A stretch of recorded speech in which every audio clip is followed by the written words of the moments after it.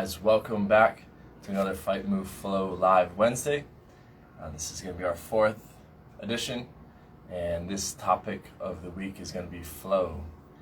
And so Recon Jonathan Lang is going to be joining us in just a minute, and he's going to tell us about animal flow, which is going to be the third, one of the 3 disciplines we're going to be teaching, instructing on in the Fight Move Flow retreat. This November in Colombia, we're going to be doing Gracie Jiu Jitsu, MovNat, and animal flow to comprise of Fight Move Flow, the retreat. So those are the 3 disciplines that we're focusing on, and this live is going to be all about the flow, the animal flow aspect of it. So, hang tight. And if you're wondering why, if you didn't see the story I just posted, the reason this live has been rescheduled, postponed, is because John had a little trouble in the jungle. There's a thunderstorm out there, and the power went out for a couple hours. But and here he is.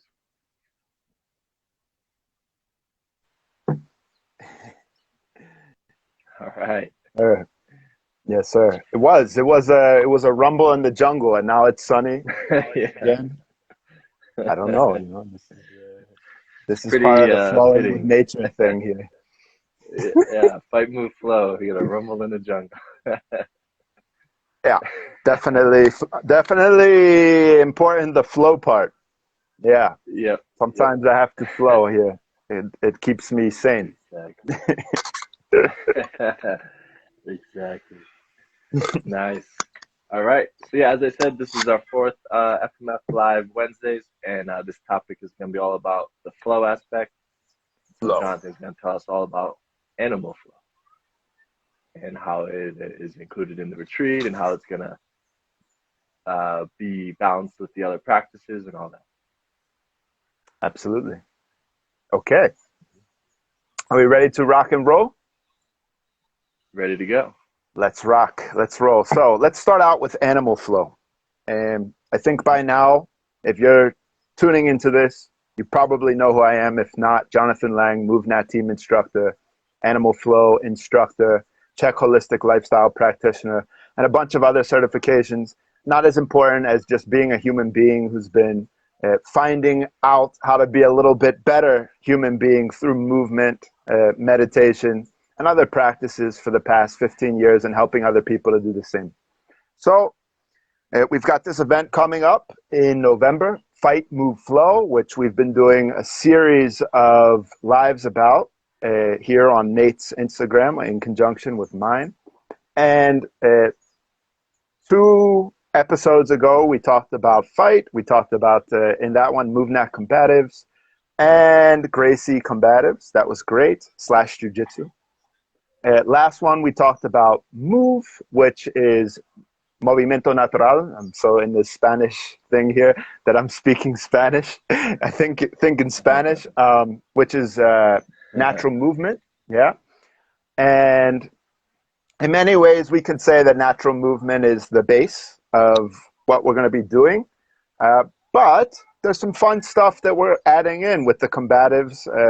That's already MovNat, but there's the Gracie side of it.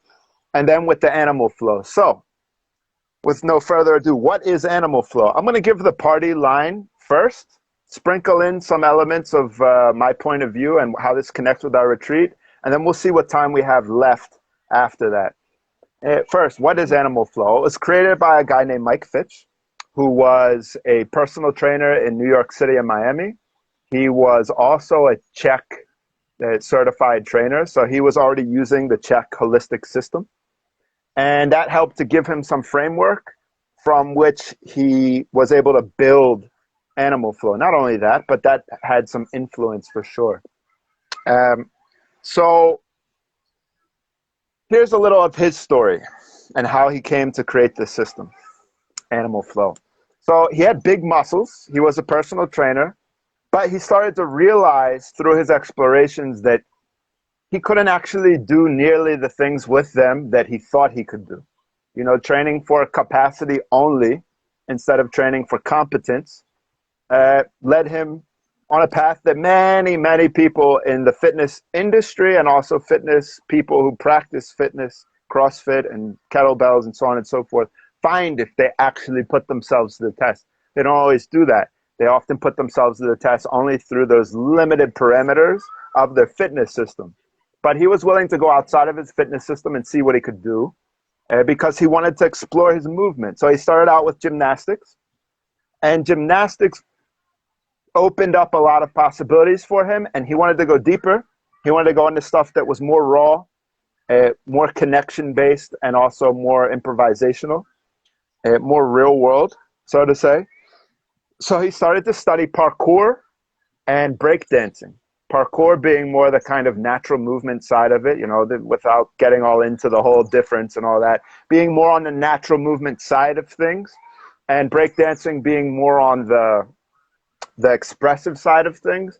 But breakdancing being something that being a form of dance that has a lot of carryover with ground movement and MovNat for sure. There's a lot of time spent on hands and on backs and rolling around and stuff like that. So he got into those two disciplines, and according to himself, he never got to a super high level in those disciplines, but he got to a high enough level where he found lots of benefits that carried back over into his physical practice, but more importantly, carried over into his life. Yeah. So he started to think, okay, still a personal trainer, still doing individual and group classes. How can I bring some of this into what I do with my clients? Because he said most of his clients were never gonna, or most likely not going to go to expose themselves, so to say, to a parkour class or to a breaking class, to a b-boy class, right? So how can I help these people with these tools, with what I'm learning here, and then combine that with what I already know? That's essentially what he said caused him to create Animal Flow. Yeah.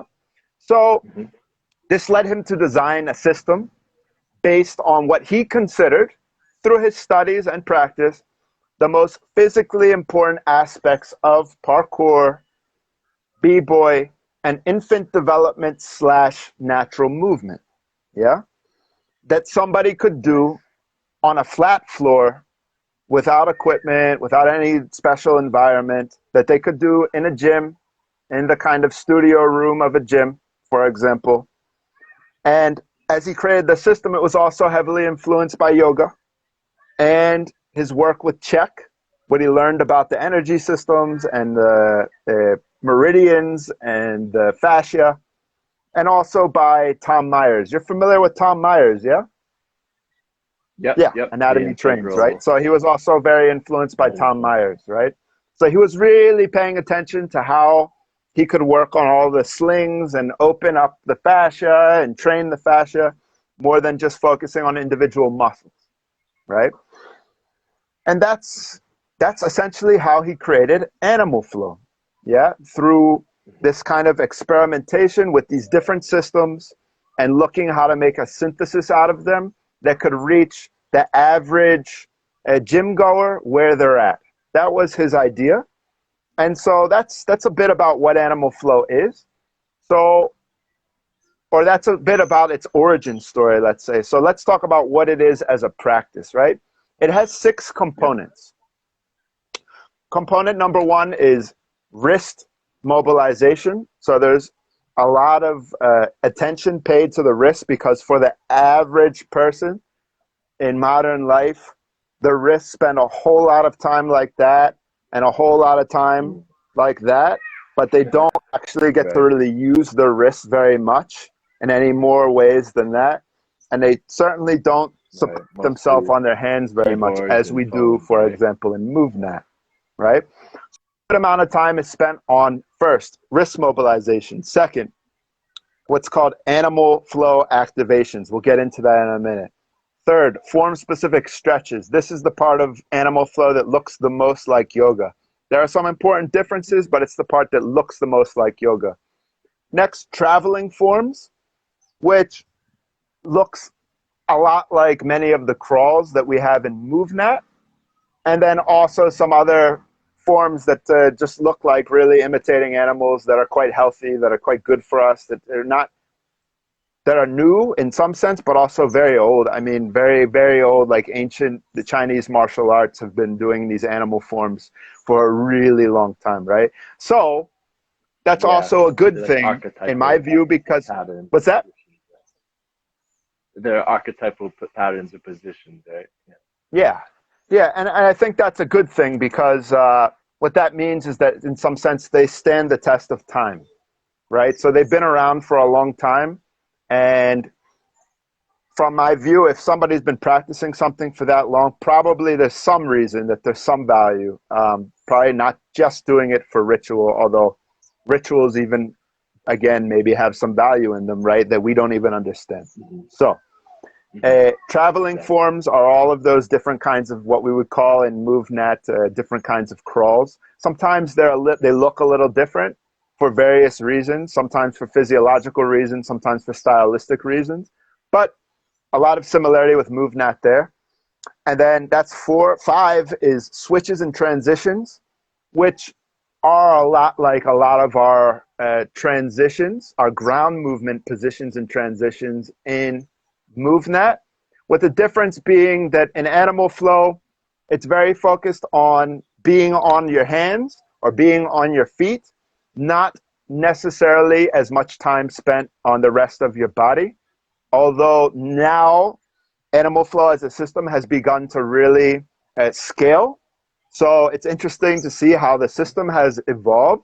And they're beginning to scale by actually doing a lot of the movements that are sometimes done on hands and feet, also done on the floor. So that's a whole other topic though. But MovNat's already been doing that for a very long time. That's good too. So either way, switches and transitions are the way that we transition between these different positions. Yeah. And finally, the 6th component is the actual flows, where we take all of this, in the strictest sense, we take all of these previous 5 elements and then combine them together into expressive movement flows that could include form-specific stretches, could include the traveling forms, and will most certainly include the switches and transitions. Yeah. So that's a bit about what is animal flow. Yeah, I'm going to go a little deeper now. Let's do a quick time check. Where are we at? Okay, we have a class in about 7 minutes. Okay. Yeah, just so you know, guys, we're doing live prep sessions for Fight Move Flow to prepare the participants who have already joined for the retreat. So we do those after this at 3 p.m. So we got about 5 minutes before we hop on there to do one of the prep sessions. Yeah. So I could go quite a bit deeper into any of these 6 elements. All of them have a lot of value, but I'm going to go a little deeper into the theme of flows. Yeah. So here's again kind of animal flow party line, and then I'll give a little commentary on how it connects. So flows. Flows are pre-designed sequences where movements are linked together to create a continuous series of motion. Learning a flow for the first time can be a workout in itself, as we recommend practicing each movement before putting them together into the flow. So this is what we do, right? It's you know, Ido Portal has a nice way of putting it, and it's not really, it's new, the words he uses, but the concept, again, is super old, like Bruce Lee kind of stuff. This idea of isolation, integration, improvisation, right? Pieces, put the pieces together, and then put the pieces together in some way that you didn't even plan and let it just kind of express itself, right? This is also what we do with the flows and animal flow, actually a lot of the same piece. So learning a flow for the first time can be a workout in itself, as we recommend practicing each movement before putting them together into a flow. Once you've learned a flow, you can decide how you would like to use it as your complete workout or integrate it into your usual workout style. How you make the most of your flow practice is truly up to you. Yeah. So here's the deal. You could say that in animal flow, I mean, there's this idea, again, of the isolation, integration, improvisation. That's one way to look at it. Talking specifically about flows, I would say there are call out flows where an instructor like me, which we'll be doing in this retreat, calls out the individual movements that you'll do piece by piece, and then you listen and then you do it, and I teach you how to do all the individual parts and the parts together before we get to that. But that's like the first level of like you doing it on your own. So call outs. Second, you memorize how to do it without any call outs, and that's where it starts to become more fluid, because you're not stopping and you're sitting here for a minute listening. You just do it, right? So that's like another level. And then the final level is, with all the pieces that you have of animal flow, you start to learn how to put the pieces together and flow on your own.